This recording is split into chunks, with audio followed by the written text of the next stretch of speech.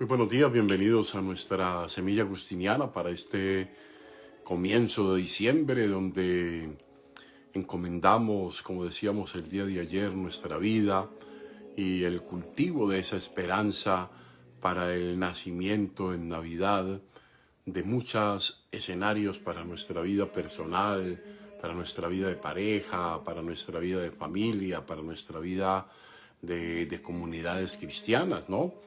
Siempre estamos atentos a cultivar y sobre todo en este tiempo la esperanza.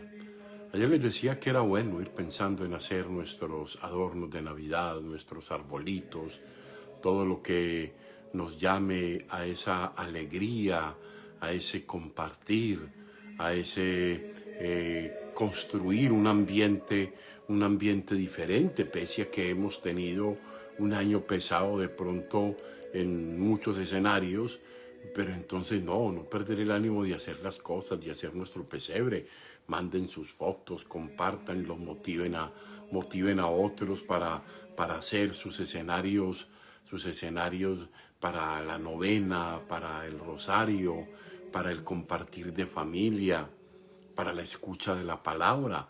Entonces vamos a ponerle luces, vamos a ponerle ambiente y vamos a ponerle pues mucho, pero mucho entusiasmo a este tiempo que se avecina, para que no sea un tiempo de aburrición, de tedio, por allá, ay, qué pereza, que esto no va, que aquí, que allá. No, de alegría, de optimismo, de hacer las cosas diferentes. Tiempo de paz, tiempo de reconciliación, lo decimos en la Santa Eucaristía. En fin, tantos escenarios. Hoy tenemos una liturgia de la palabra, una liturgia de la palabra, estoy yo con el de la liturgia de la palabra. Tenemos una semilla agustiniana muy interesante.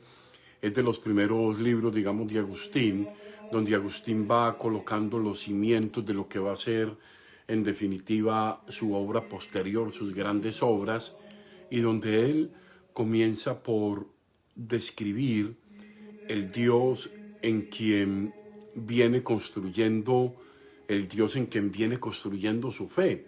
Es muy interesante porque Agustín ya ha hecho los caminos del donatismo, del maniqueísmo, del pelagianismo, de los grupos y de las sectas religiosas del tiempo.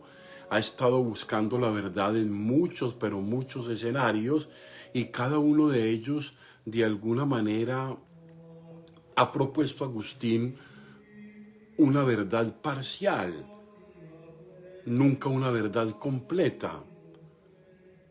Algunos se inclinaban solo por la veneración al Padre, otros por la veneración al Hijo como hombre, otros negaban su divinidad, otros negaban ese enlace entre el Padre, el Hijo y el Espíritu Santo, el tema del mal, el tema de los dos principios.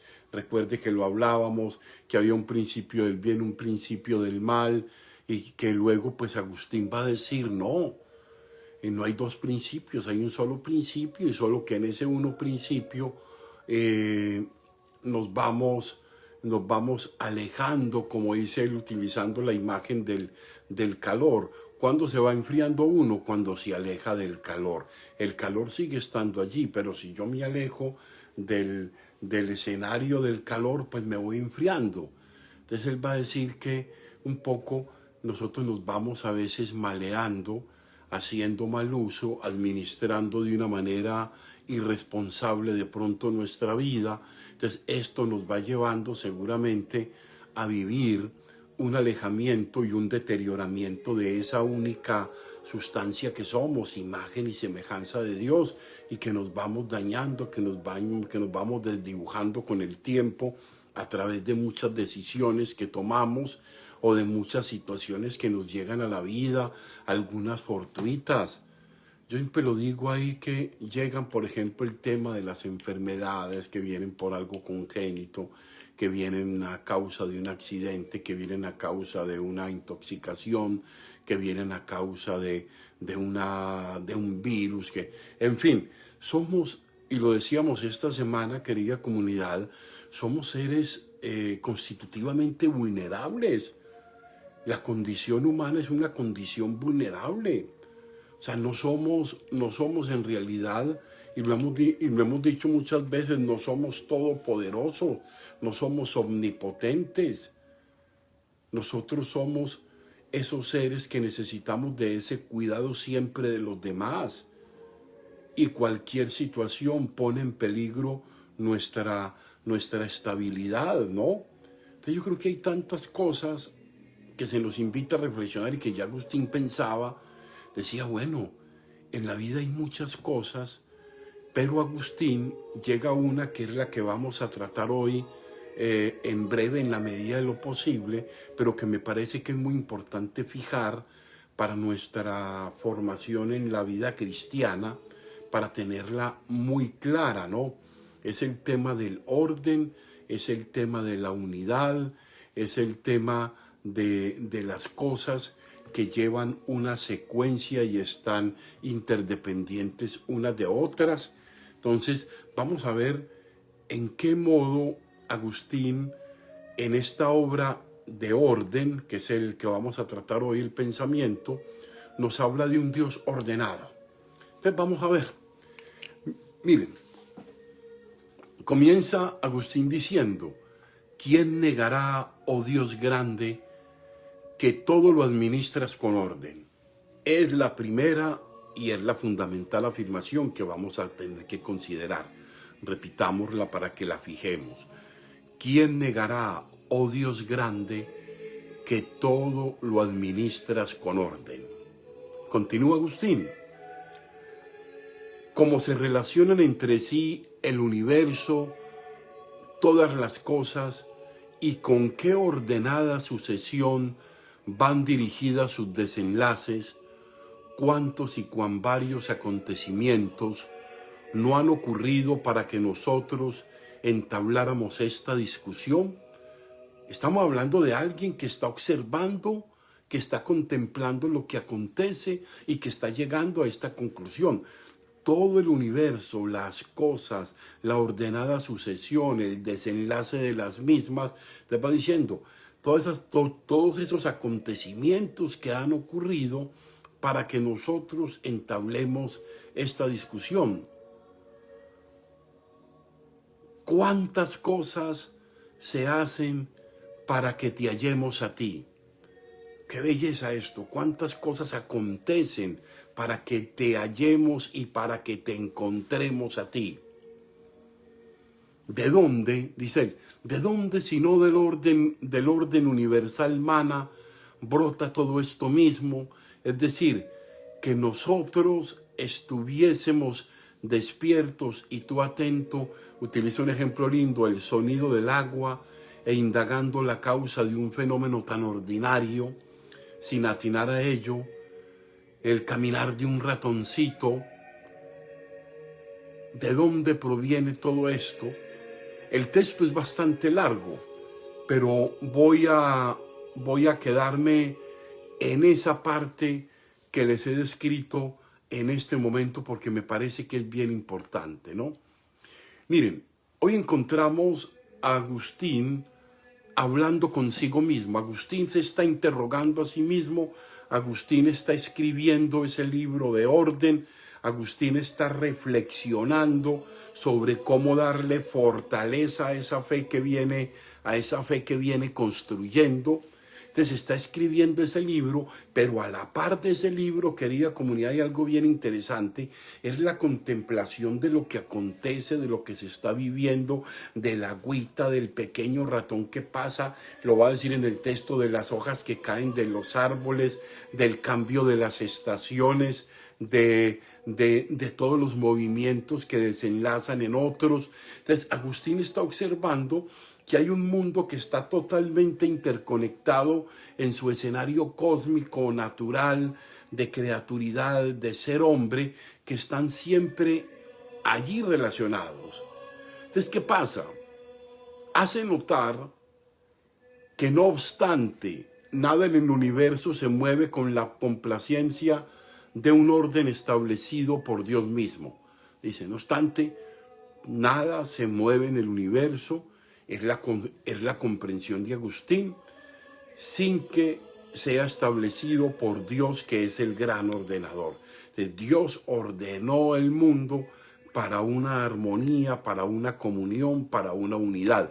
Esto va a tener muchas consecuencias en el escenario de la vida, en el escenario de las relaciones, en el escenario de la construcción de las comunidades. Esto va a tener muchas consecuencias, ¿no? Ahora, pero darse cuenta no es necesariamente para Agustín como una intuición intelectual, uy, que se me iluminó el bombillo, ¿no? Sino que tuvo que mirar, en el caso concreto y que él describe, tuvo que mirar el agua, el tema del ratoncito para darse cuenta, y está afirmando la idea aún más de que independientemente de que se publique o no el libro que él está escribiendo y que el discurso le discute, pero que el discurso logra sacar a la claridad lo que es evidente, que no le pregunten más qué sentido tiene publicar lo que es evidente, pero que de todas maneras es una convicción para llegar a una percepción que no es clara para todo el mundo. Esto es bien interesante. Independientemente de que Agustín publique el libro del orden o no, hay una convicción, hay un hecho. El universo, el cosmos, la persona es una unidad psicosomática, espiritual, psicológica.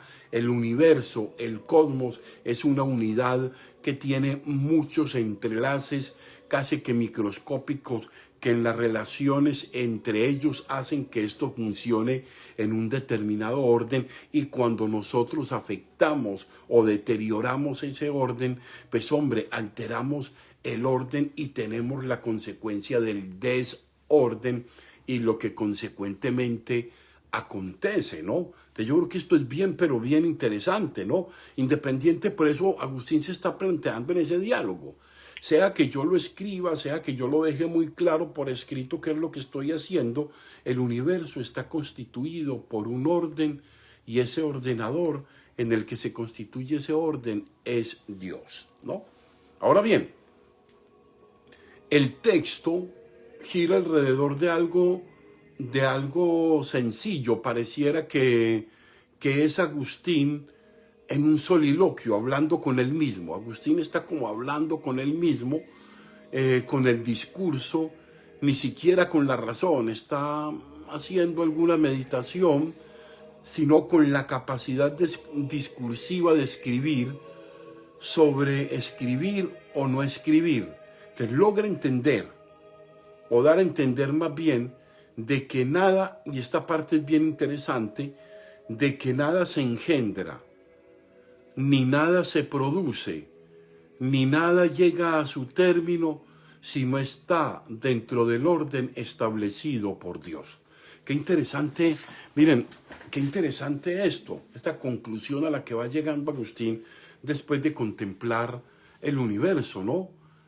De que nada se engendra, nada se produce, nada llega a su término si no está dentro del orden establecido por Dios. Qué interesante.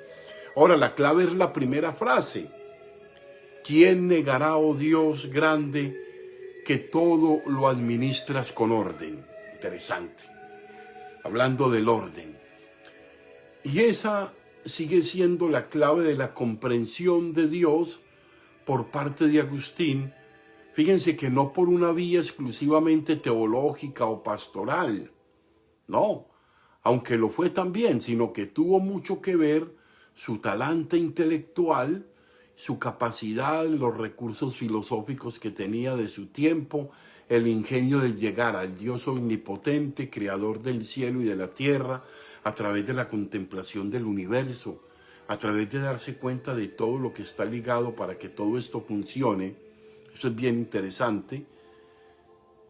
Llegar a la certeza de Dios como fuente absoluta, como ordenador máximo de todo, y eso lo va a mantener durante toda su vida. Finalmente, él se da cuenta que está discurriendo sobre algo que es obvio, que nadie se atreve a preguntar por qué cayó la hoja de un árbol, por ejemplo, pero él sí lo está explicando y está llegando a una comprensión cósmica muy profunda del funcionamiento de la naturaleza, y después lo va a hacer con la sociedad. Por eso se pregunta y hace estas disquisiciones de lo que se pregunta por la naturaleza. Él va a decir, bueno, ¿cómo funciona el hombre? ¿Cómo funcionan las relaciones sociales? Y de ahí en esa obra de Trinidad, en la obra de la ciudad de Dios, pues va entonces él construyendo esto, la comprensión de un Dios que se establece de un cierto orden. Un orden que no significa que el hombre está totalmente impedido en la creatividad, por el contrario, un orden en el que el hombre siente que todo de lo que está constituido le sirve para construir cada vez más, mejor, con un conocimiento más profundo, con un conocimiento más cierto, pues todo lo que le rodea. Entonces, cuando hablamos del plan de la naturaleza, cuando hablamos del plan del orden, y cuando hablamos en ese orden de ideas del tema del desorden, hoy lo hablaba con alguien, este tema, decir, hombre, por ejemplo, cuando la vida no está establecida en el orden que es, hay una cantidad de consecuencias que pasan, porque por ejemplo, el que vive o tiene, por ejemplo, una vida de pareja o una familia, y al mismo tiempo construye engañosamente otras, y al mismo tiempo derrumba todas las cosas que viene haciendo. Si en algún momento falta al orden establecido que debe ser, pues hay unas consecuencias, ¿no? Y están allí. ¿Qué ha pasado con la tala de árboles irresponsable del Amazonas? Disminuyó la capacidad de oxígeno del planeta. ¿Qué ha pasado con el abuso industrial de los cientos de miles de gases tóxicos? Había contaminado el ambiente. ¿Cuántas cosas habían sucedido porque hemos dañado el orden de las cosas? Cuando estás con el cuerpo e ingieres, por ejemplo, cualquier cantidad de alimento, llámese grasa, llámese alcohol, llámese droga, llámese lo que sea, ¿qué pasa con el cuerpo? El cuerpo se desestabiliza, el cuerpo pierde su ritmo, su armonía, su estabilidad, y el desorden lo lleva a un colapso que lo puede llevar incluso en muchos casos a la misma muerte. Entonces hoy estamos frente a situaciones que de verdad, cuando Agustín habla del orden, dice hay un Dios que ordena, a un Dios que nos propone un orden, y un orden que doctrinalmente pues, se va proponiendo a través de los 10 mandamientos, por ejemplo, es para un orden de la vida. En el primero amarás al Señor tu Dios sobre todas las cosas, y después de los otros en adelante todos tienen que ver con el orden social, con el orden humano, con el orden de los afectos, con el orden del amor. Entonces hay cosas que acontecen en la vida desde la perspectiva del orden, y cuando salimos de ella entramos en el escenario del desajuste, en el escenario de la descompensación y del desequilibrio. Pidámosle pues a Dios que nos mantenga siempre viviendo en ese orden al que hemos sido llamados. Bueno, nos vemos esta tarde, si Dios quiere, en la Santa Eucaristía. Saludos a Socorrito, que nos acompaña hoy acá, a Karina Cedillo, que la vemos también con frecuencia, a Flor de Jazmín, al Bayanel, también allá desde Boston. Un gran abrazo para tu esposo, para toda tu familia, para toda tu gente, y todos los que nos acompañan en esta semilla agustiniana de todos estos días, ¿no? Y terminamos diciendo eso, hombre, no perdamos, mantengamos firme la esperanza, cultivémosla, que ella es la que nos ayuda a ir pasando los tramos a veces difíciles de los momentos que pasamos. Yo los bendigo a ustedes y sus familias en el nombre del Padre y del Hijo y del Espíritu Santo. Amén. Un feliz día.